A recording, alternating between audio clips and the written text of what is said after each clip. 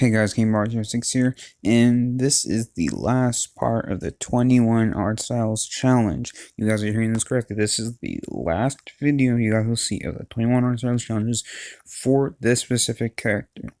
Whether or not I do this for Tony Kete, which will be the main character of the series I plan on creating in the future, that we'll see. However, if I do, I probably won't do 21 because then that'll just be a lot of to be honest, it was a lot of work looking at 21 different styles, going into Ibis Paint, making different projects so I can look at the shading and such. Because if you guys didn't notice, I didn't change the flat colors for like the character because I felt like if I changed the flat colors, I would have changed the character in general. So I didn't do that. But anyway, this is the very, very last part of this entire challenge. And for those of you who want to know the name of this character, I mean, I'm gonna just change the spelling, but thank you, Cohen, if you're watching this. Thank you for the idea. Her name's Anna Bow. Anna, and then her last name B-O-W. It's slightly different from the name he suggested, but I couldn't really think of a character name, so I just asked in the Discord server, and he gave me the idea. So, Cohen, if you're watching this, thank you very much for the idea. I guess I might as well describe her backstory. So basically, back when she was younger, she was fat, not just chubby. She was like obese, and the reason she isn't now is because she was inspired by her parents who were also obese, who got themselves to a healthy state. So her parents inspired her, and she decided not only did it physically fit, but she wanted to be a physically dominant person. She didn't just want to be stronger than any of the women her own age. She wanted to be stronger than just anyone in general, and she works toward that because she has the belief, similar to Tony Kete, that if you work hard, you will achieve whatever you desire.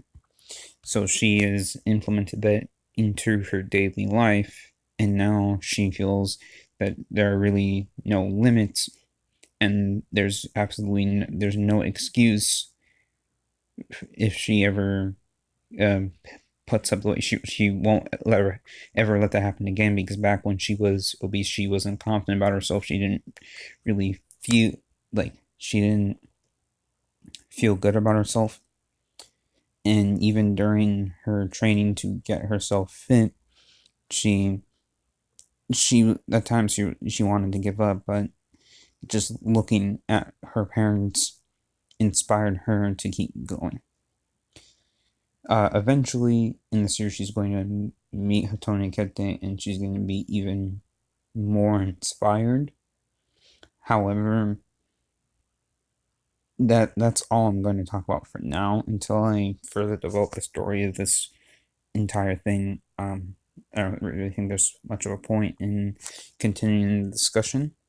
So, the two styles that I just did here, the first one was Attack on Titan, and then the second was Samurai Champloo.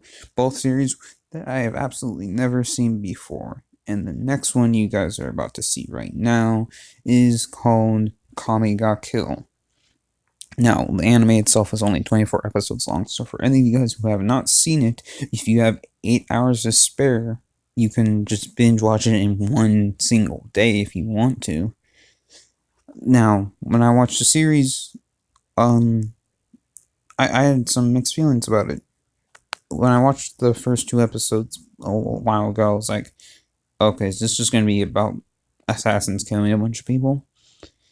And then after I finished Fullmetal Alchemist Brotherhood, after I watched Food Wars, which is the first, like, not the first, but one of the few non-battle type anime that I've seen, I was like, I didn't really have any other anime to watch while I was waiting for a new episode of One Piece, new episode of Black Clover. By the way, again, I only watched the dub.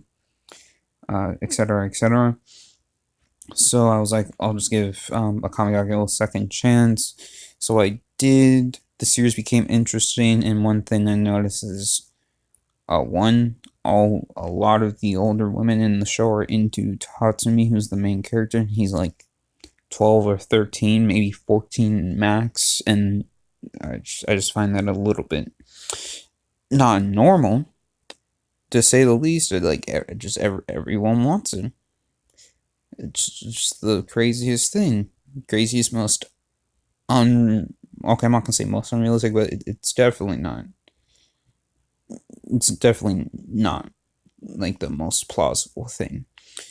Anyway, I enjoyed watching it. I checked the Fillers website, animefillers.com. According to that, the first 19 episodes are canon, which after I watched episode 19, I was like, where's the rest of the story? Because like after the 9th, it doesn't really end.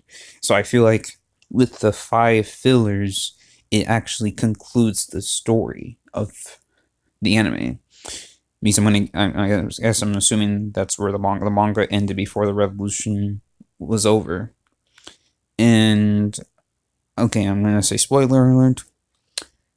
Literally everyone in Night Raid dies except for the boss, who shortened her lifespan by using her life force to fuel Susanoo, and Akame, who the anime is named off of, because the anime is named Akame ga Kill, so I guess she can't die.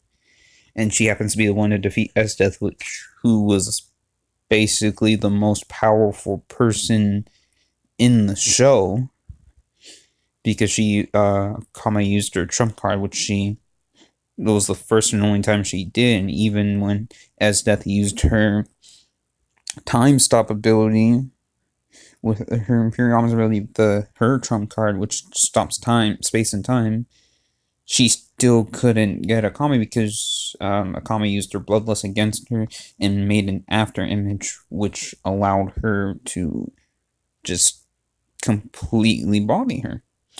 So I enjoyed this. I enjoyed the series overall. It's alright. And by the way, this last title was Code Geass. I've never seen this show either. I'd say almost half of the things I drew came from animes or animated series that I have not seen before.